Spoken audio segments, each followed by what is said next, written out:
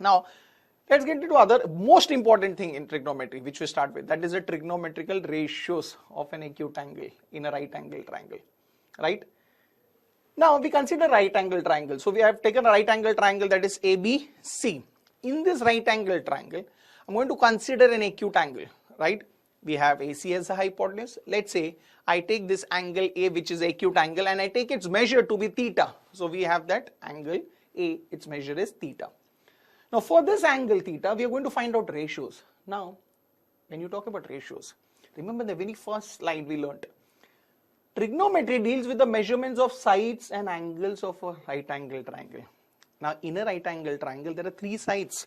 One side here, we know AC is mentioned as a hypotenuse. What are the other two sides?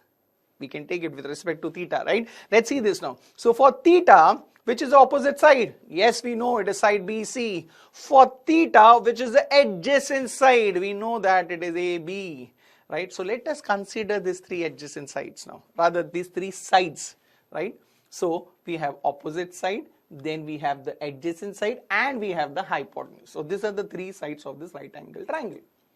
Now, we are going to deal with trigonometric ratios. That means you are going to consider ratio, that is something upon something.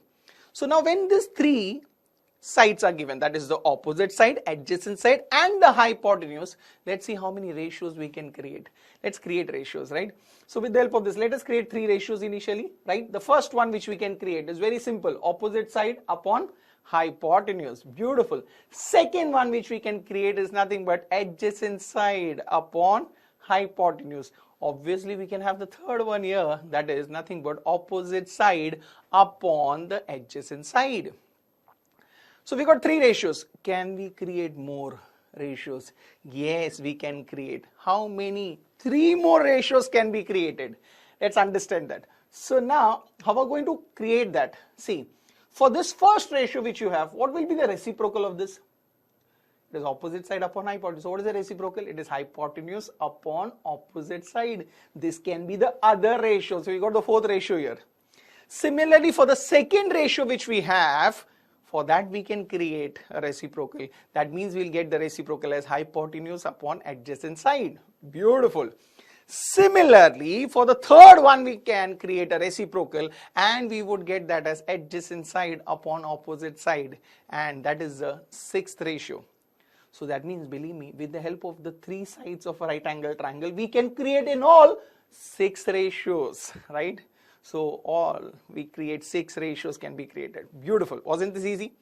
Now, once we create this, so we know there can be only 6 ratios, and each of these ratios are given a name, because we can't call them as ratio 1, ratio 2, ratio 3, ratio 4, ratio 5, ratio 6. We'll not name it like this, right? So, they are going to be given a name. So, let's name that. The first ratio which you have, opposite side upon hypotenuse, is nothing but sine ratio. The next one, adjacent upon hypotenuse, is cos ratio. The third one is nothing but it is tan ratio. And there are 3 more ratios which you have subsequently. They will be named as cosec theta, right, sec theta, and cot theta. So, there are 6 trigonometric ratios in all. You understood why 6 trigonometric ratios? Because when there are 3 sides at the max, we can create 6 trigonometric ratios. So, you just need to remember the first 3. The next 3 is easy because they are reciprocals of the first, second, and the third. So, remember the first one, sine theta is opposite side upon hypotenuse.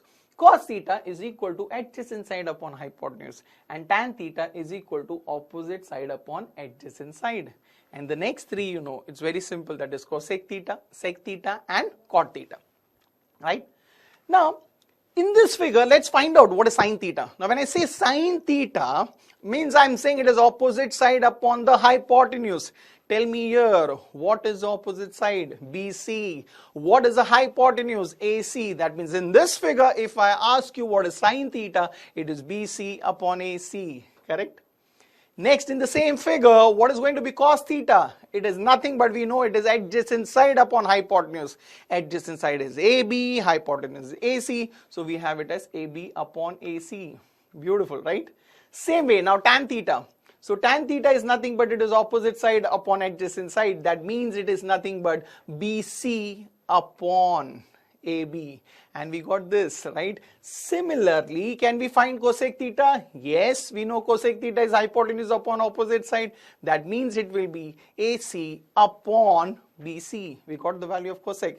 Can we find the value of sec? Yes. So sec is going to be hypotenuse, that is AC upon the adjacent side, that is AB. So we get it as AC upon AB, and we have the last there, that is cot theta. Cot theta is equal to adjacent side upon opposite side. That means it will be AB upon BC. And we got the values here. So wasn't this easy? So remember students, there are 6 trigonometric ratios in all, right? Sin theta, cos theta, tan theta, cosec theta, sec theta, and cot theta. You just remember the first 3, the next 3 are just the reciprocal of the first 3. Easy?